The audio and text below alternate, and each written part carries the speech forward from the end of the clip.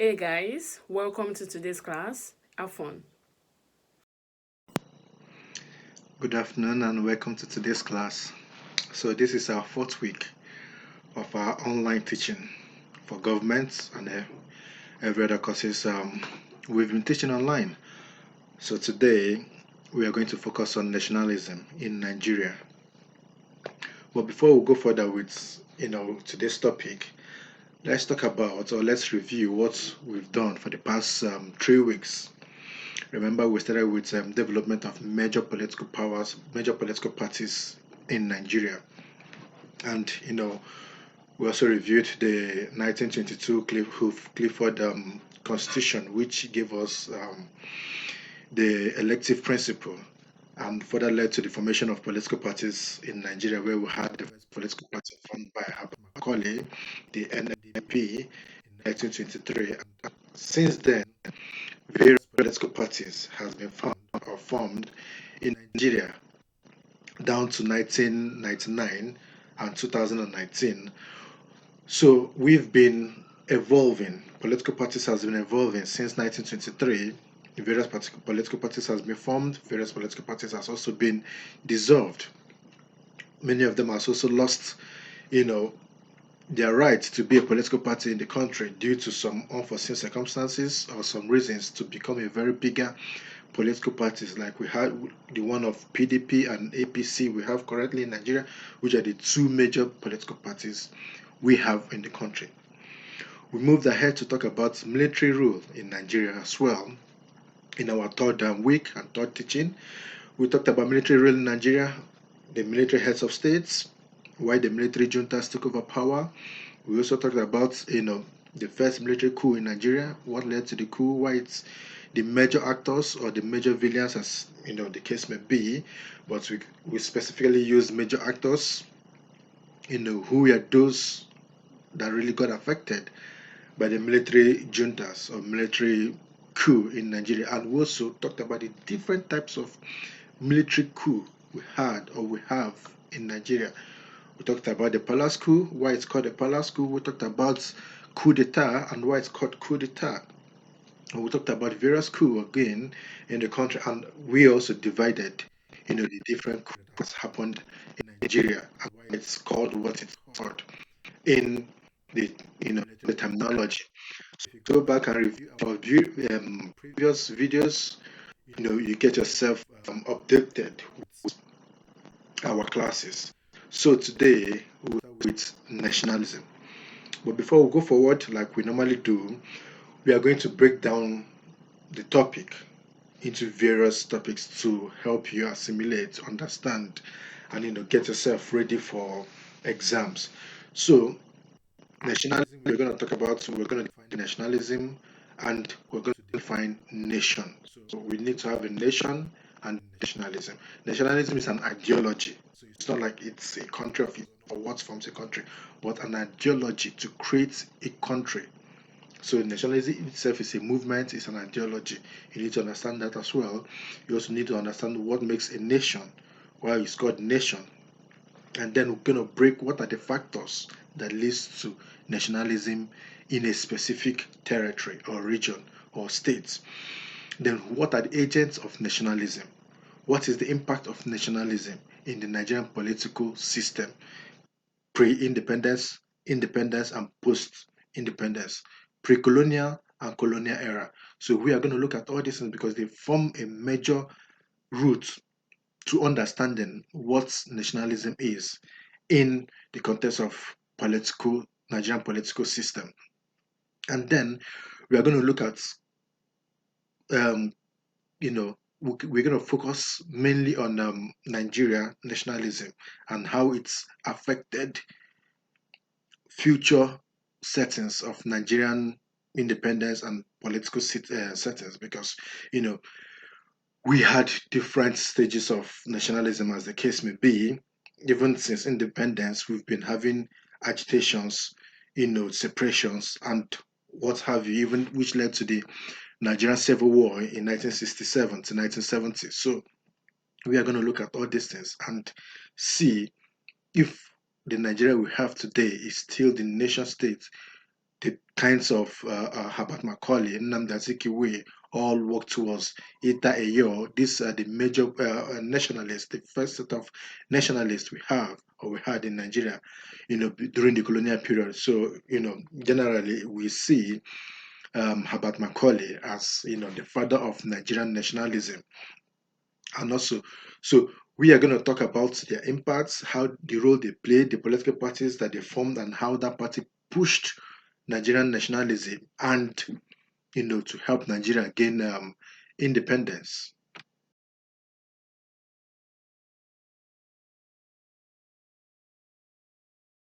About Let's talk about types of nationalism. So it might interest you to know that there are various types of nationalism. The terminology nationalism. We have religious nationalism, various types of nationalism, but we are going to focus on the various types of nationalism that keys into our area of study. There is no point listing and defining and breaking down all the different types of nationalism. It's going to be bogus for you, and for as a student who's preparing for exam, you need to look for key points, key factors that get you ready for exam and help you excel.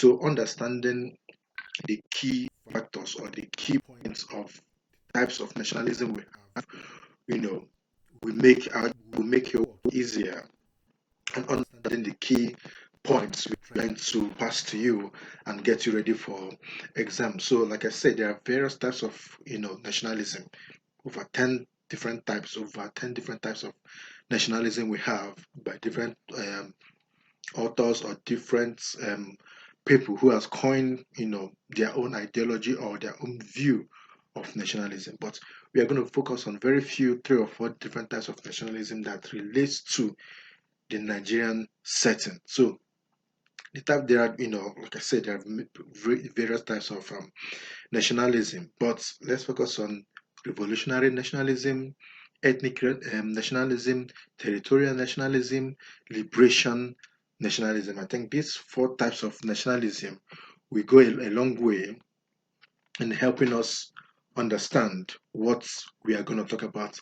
And then, most importantly, as well, we also have the post colonial nationalism. So, when we discuss these types of nationalism, you will understand what they are and how you can use them in discussing or writing about nationalism in Nigeria, how they key in whatever area or whatever question you've been asked. So let's talk about revolutionary nationalism.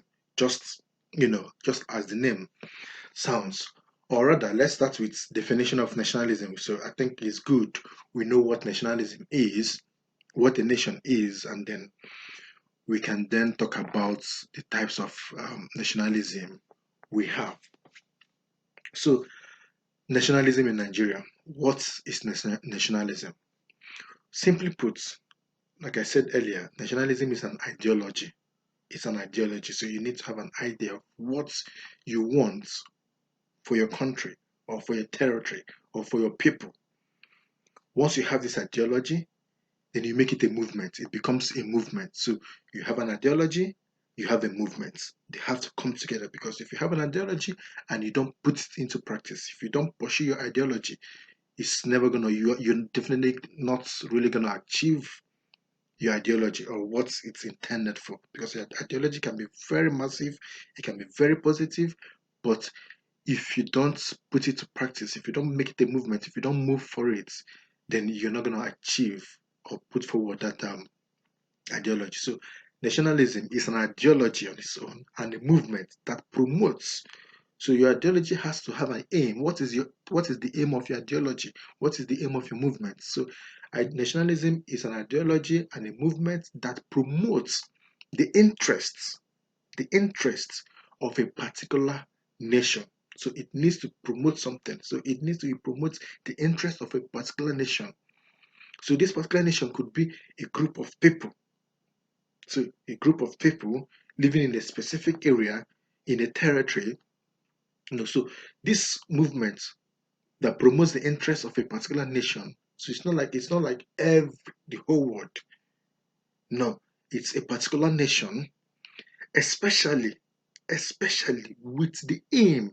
Now, the aim here is to gain, not only gaining, but to maintain the nation's sovereignty over its homeland. So, you are promoting an interest of your people with the aim of gaining and maintaining national sovereignty. So, for example, in the case of Nigeria, the nationalists at the time started a movement forming political parties, have opening a newspaper, radio stations, TV stations, like name. This is the kind of things you like in our modern time. Now, these are the kind of things you need to do through social media. So many ways you need to push your agenda, your interest to have an aim to gain what you want. So during the time of the nationalists, they opened up during the colonial period, they opened up, they formed political parties, created newspapers. This is media to translate to the people, to send message to the people and say, this is what you want, this is our aim, this is what you have to gain. You understand what I'm saying? So they pushed their interest with a great aim of gaining and maintaining the nation's sovereignty of the people. So who is a nationalist? A nationalist, it could be more than one person, but the nationalist is a person who advocates or supports the political independence of a particular nation or people. So now you have an interest, you promote your interest with a great aim of gaining and maintaining your nation's sovereignty. So you who is doing that becomes a nationalist. So you're a person who advocates, supports the political independence of a particular nation or people. Having said that, having understood who a nationalist and what nationalism is all about, what is a nation? Now let's look at what a nation is. Some people might say Nigeria is a country, Nigeria is a, we are going to talk about that in a different topic, what differentiates a nation, a state, and a country, and all that. So, but today, let's focus on what a nation is. A nation is a body of people. This is from Wikipedia. Definition of nation: a large body of people united by common descent, history, culture, or language, inhabiting a particular country or territory. So you need, the belief is this, you need it to be from the same, have the same descendants. That's what it basically mean. Share the same history, have the same history of, trade, economy, war, background, origin. So these are the histories you need to share. You need to have a common history, culture, language, because these are the uniting factors that keeps people together. So if you're with people that speak the same language with you, share the same culture, you're bound to be with them and have this zeal to achieve something together as a people. So it needs to be a decent history, culture, language, inhabiting a particular country or territory. So these are the three key factors in nationalism discussion that you need to know. So let's move forward to types of nationalism. So we need to, now we know what nationalism is, we know who a nationalist is, and then we know what a nation is. So we need to know the types of nationalism we are going to talk about, or the nationalism that keys into our focus area today. So like I mentioned before, or I listed before, we have revolutionary nationalism, we have ethnic nationalism, we have territorial nationalism, we have liberation nationalism, we have post-colonial nationalism. So what is revolutionary nationalism? Just like the name sounds, revolution. You need to revolt, you need to stand against what you think is dominating you, and putting you bondage or restricting your freedom or your right as a person. So you need to revolt against that. So knowing what nationalism is, you now talk about revolutionary nationalism. You are putting your interest, you want to gain your aim through revolutionary move. So this is more of a radical kind of nationalism. It's a radical kind of nationalism. It promotes, violence and attacks, various attacks or violence that cuts across the boundaries of a particular state. So for you to gain, this kind of revolutionary nationalism, it's push forward, it cuts across, various regions or states. this kind of revolution can lead to war, just like we have the French Revolution. So these are kind of example you can have of revolutionary nationalism. Nigerians' nationalism and independence struggle was non-violent, so we cannot say or attribute it to revolutionary nationalism. But what about the Nigerian Civil War? What can we say about the Nigerian Civil War? Yes, it's a civil war, as the case may be, but it's a revolutionary nationalism because the Eastern region wanted to break away, gain independence, become independent, have their own sovereignty, gain their own sovereignty and maintain their sovereignty. So you see, they fought for that, in as much as the aim was not achieved, but it can still be attributed to revolutionary nationalism. Then we have ethnic nationalism. Here, a nation is built. Now, we have to build a nation based on our ethnicity and the belief of one descent, shared culture, and shared language. So the Yoruba is an ethnic nationalism, the Igbos are an ethnic nationalism, the Efik, the Hausas, the Fulanis. So these are the ethnic groups we have in Nigeria. So when one of these aforementioned groups decides to break away or form a territory of their own, we see them as an ethnic, they are fighting their nationalism, their reason for their aim, interest is to gain an ethnic nationalism, to see themselves just based on their shared culture, their shared language. So, in the midst of this, they see themselves as one based on their culture and language, based on their culture and language and descent, history. So, they are forming their own nationalism based on who they are through their language, through their culture, through their descent. So, this is how we talk about ethnic nationalism. So, what is territorial nationalism?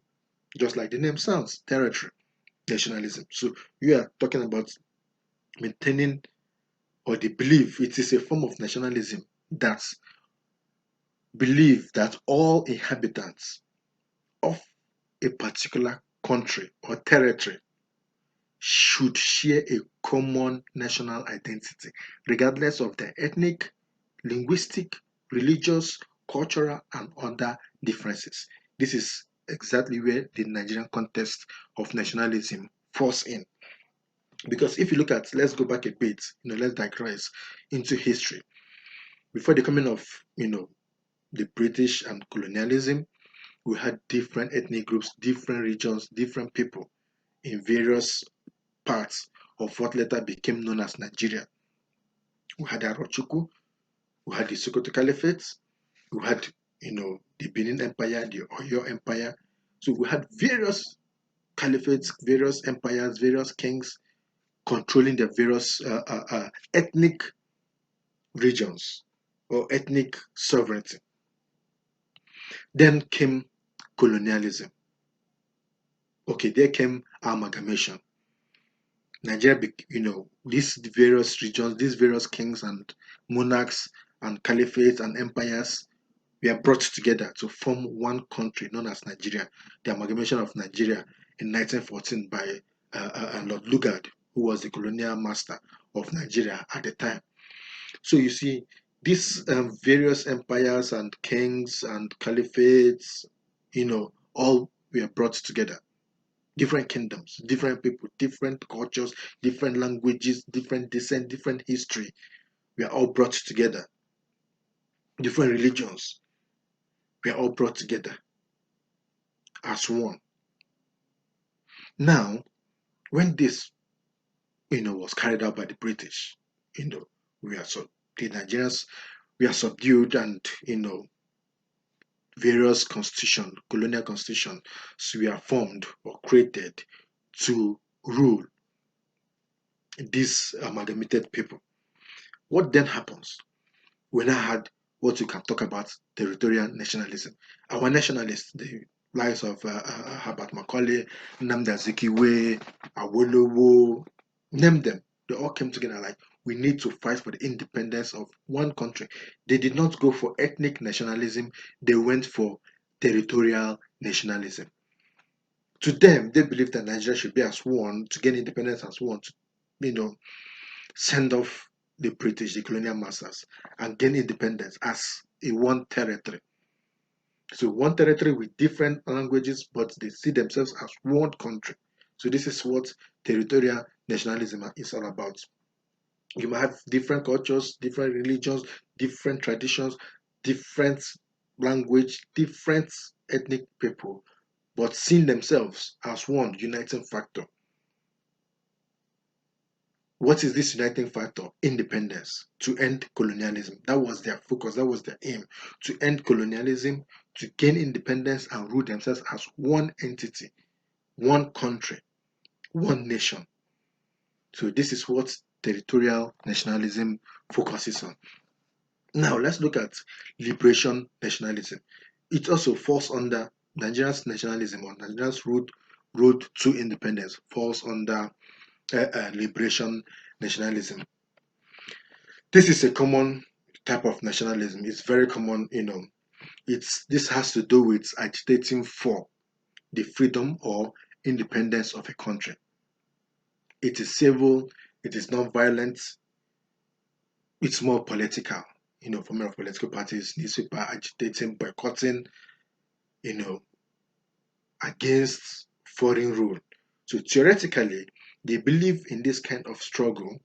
They believe in this kind of struggle, race or religion, is not the focus, but the emancipation of the state. So territorial nationalism and liberation nationalism kind of link together because they are looking at a bigger picture of the struggle or the aim. Actually, you're not fighting for your ethnic race or your religion. You are fighting to gain, or you are struggling, advocating to gain independence for everybody as one umbrella.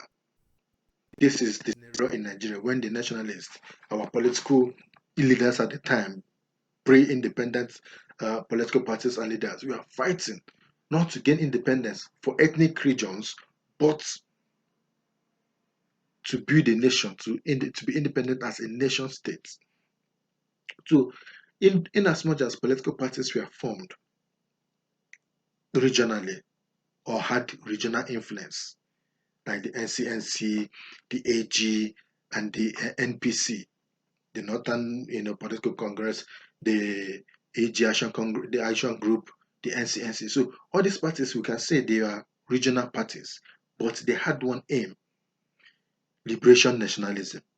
They took away their race, their religion, their ethnicity to get independence for a single Nigeria. So let's talk about post-colonial nationalism. This is more attached with third world countries, like when Nigeria got independence. Africa became, we're going to talk about it when we discuss Nigerian foreign policy. Africa became the centerpiece of Nigeria's foreign policy. So this we are common with third world countries fighting against colonialism. So it's more of those countries that were under colonial rule fighting to become independent. So it cuts across different territories. So it's fighting to emancipate the state from colonial rule. So this is what post-colonial nationalism is all about. So like when you get independence, you fight for others to gain independence as well, because you believe being independent or the struggle against imperialism will help you maintain your independence as a state or as a nation. So what are the agents of nationalism? Because nationalism cannot just happen without a person, without an agent, without something propagating it. So let's look at what helps nationalism, or what are the factors that aid nationalism in Nigeria. Then before we look at a bigger picture of what nationalism in Nigeria is all about, maybe a brief history about nationalism. So what are the agents of nationalism? We'll talk about political parties, return of nationalists, about Macaulay, Nnamdi Azikiwe, Awolowo, and then we're going to look at the three key factors here. We'll also talk about internal factors and external factors. Basically, this is how nationalism is always viewed. What are the internal factors that led to nationalism in Nigeria, and what are the external factors that led to nationalism in Nigeria? So we're going to look at, when you talk about external factors, the things that happened outside a specific territory that influenced nationalism in that particular country. For example, we can say factors that influence Nigerians, external factors that influence Nigerians' nationalist struggle or nationalism in Nigeria. So, what are those external factors? The World War is an example. Independence of other countries is an example. Like the independence of India was a moral booster. The independence of Ghana was also a moral booster to Nigeria. So, if these countries can gain independence, then also Nigeria can gain independence. The formation of the United Nations in 1945 after this Second World War was another key external factor that led to the independence struggle or nationalistic struggle in Nigeria. Return of ex-soldiers, those that fought with the British. So it was generally believed that these people were not immortal, or these people were not gods as we see them. So they can be killed, they can be shot. This was a good moral booster for the nationalists. When the soldiers came back, with the stories of war, most of them fought with the British, alongside with the British in the Middle East, Morocco, Burma. They fought with the British, and they were victorious in the Second World War. So this was a moral booster. When they came back home, they told the stories of the war and how they fought alongside their colonial masters and defeated their fellow whites counterparts in the war. So they believed that they can as well fight against the British or stand against them head to head, toe to toe, and gain their independence. So these are factors you need to remember or recognize that helped in the struggle for an end of colonial rule. So we have formation of political parties. The NNDP played a major role. The Nigerian Youth Movement was a vibrant political party or movement that fought for the independence or nationalist movements of Nigeria, hoping it was formed by Professor Itaiyo in 1933, and then by 1936, Nnamdi Azikiwe joined the Nigerian Youth Movement, agitating for the recognition and independence of Nigeria. So they needed to recognize the educated elites. So these were the educated elites who returned from Europe, America, seeking to be recognized as political icons, that would fight for the independence of Nigeria.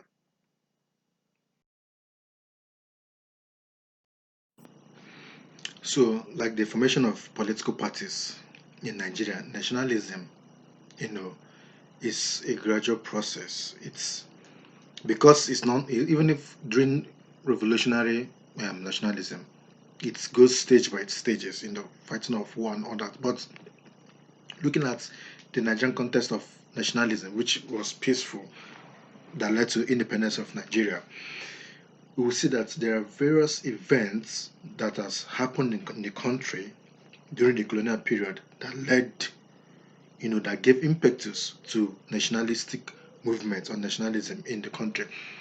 We can also talk about, the about women's riot of, 1921, when the British imposed tax both on women and increased tax on men, and then the about women, marched against the colonial governments in the country, and this led, this can be recognized as the first event organized by the women to stand against the rule or the imposition of the positions of the colonial masters in the country. But let's shift away a bit from that event. Let's look at political methods. Political methods that we can say played a vital role or laid the foundation to nationalism in Nigeria. This does not take away the impact of Herbert Macaulay in the history of nationalism in Nigeria, but there are, will I say, few ingredients that we need to recognize in history that played a vital role in nationalism in Nigeria. Let's look at People's Union as this political organization, cum trade union, known as the political union formed by Urisadikpe Obasa and John K. Randall. So these two people formed this People's Union. The main aim of the union was to agitate against the water rates. Water rates at the time under colonial rule. They also championed the interest of the people. They also championed the interest of the people in Lagos. So their focus was more in Lagos than nationwide. So we don't really look at it as a nationalism or nationalistic movement, but it rose consciousness in the country that people can actually stand against some of the decisions of the colonial.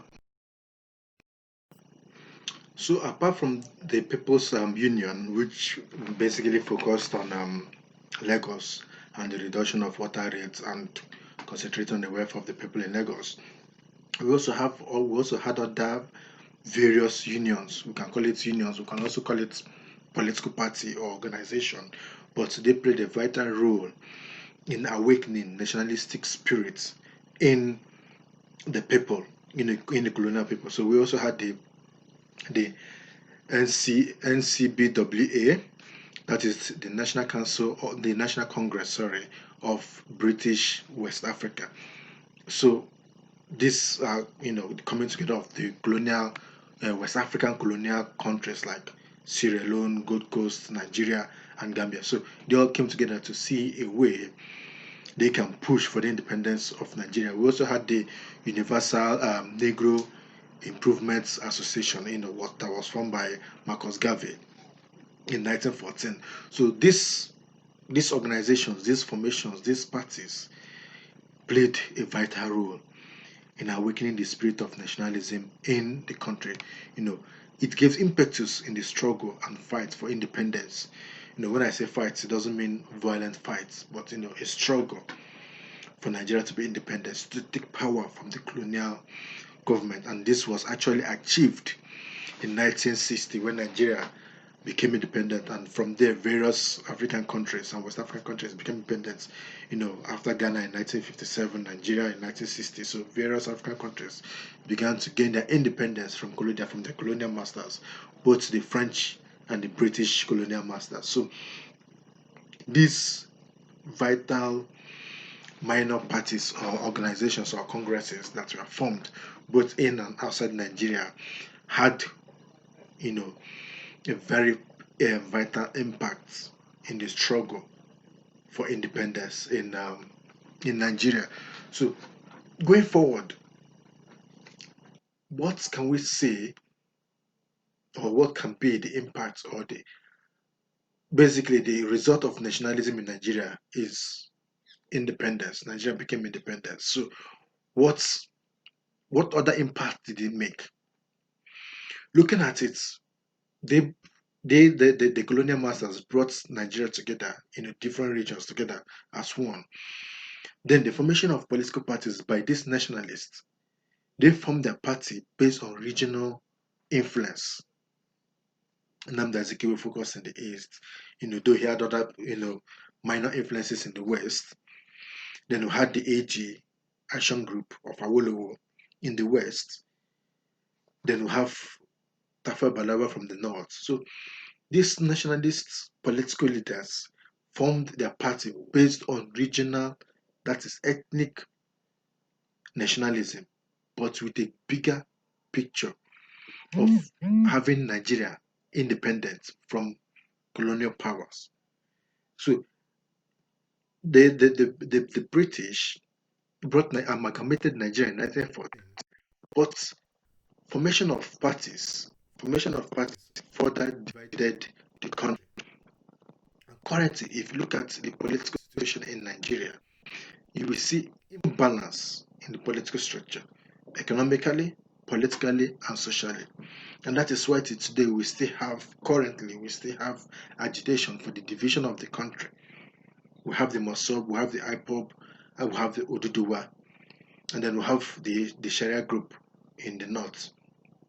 So, if had it been the nationalists, formed this core unity, which would have been difficult or maybe impossible, but has formed unity both in the bigger picture and in the smaller frame of faith to have Nigeria under one identity, political identity, we could say in the long run that it would have helped in fostering equality, political equality, economic equality to a large extent in Nigeria.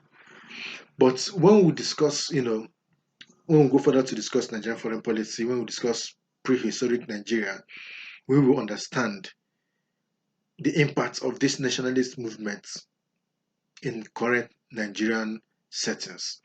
Thank you and see you next week. I hope the class was interesting.